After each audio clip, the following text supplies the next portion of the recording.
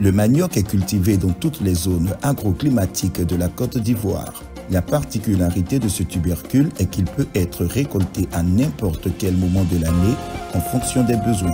Le manioc peut également rester longtemps dans le champ et sert ainsi de réserve alimentaire lorsqu'aucun autre aliment de base n'est disponible et lorsqu'il n'y a pas de marché pour son écoulement dans l'immédiat.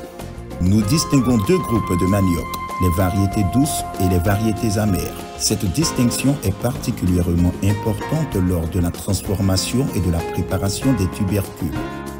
Au cours des 10 dernières années, la production nationale de tubercules de manioc par les petites exploitations agricoles est passée de 2 millions de tonnes à plus de 6 millions de tonnes.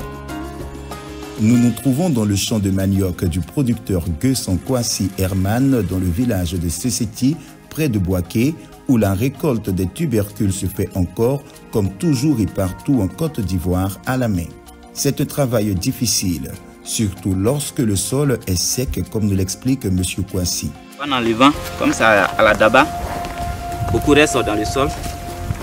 Puis il y a plein de blessures qu'on observe au niveau des tubercules. Les tubercules sont blessés là. Eux, ils sont moins chers parce que quand il est blessé,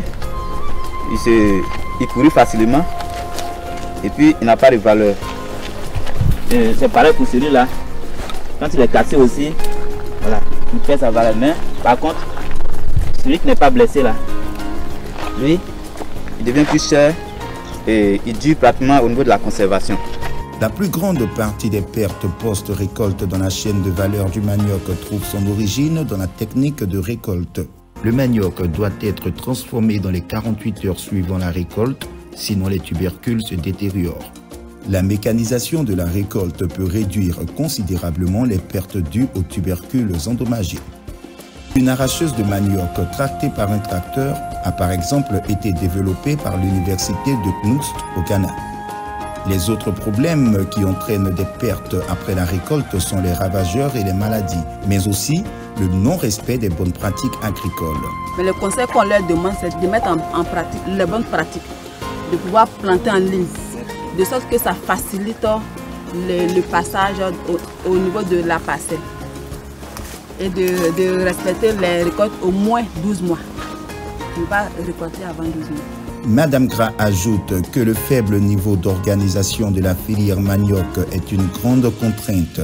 En effet, selon ses dires, il n'existe pas d'organisation interprofessionnelle de la filière, ce qui rend difficile la résolution conjointe des problèmes de qualité et de perte lors de la culture du manioc et lors de la transformation et de la commercialisation.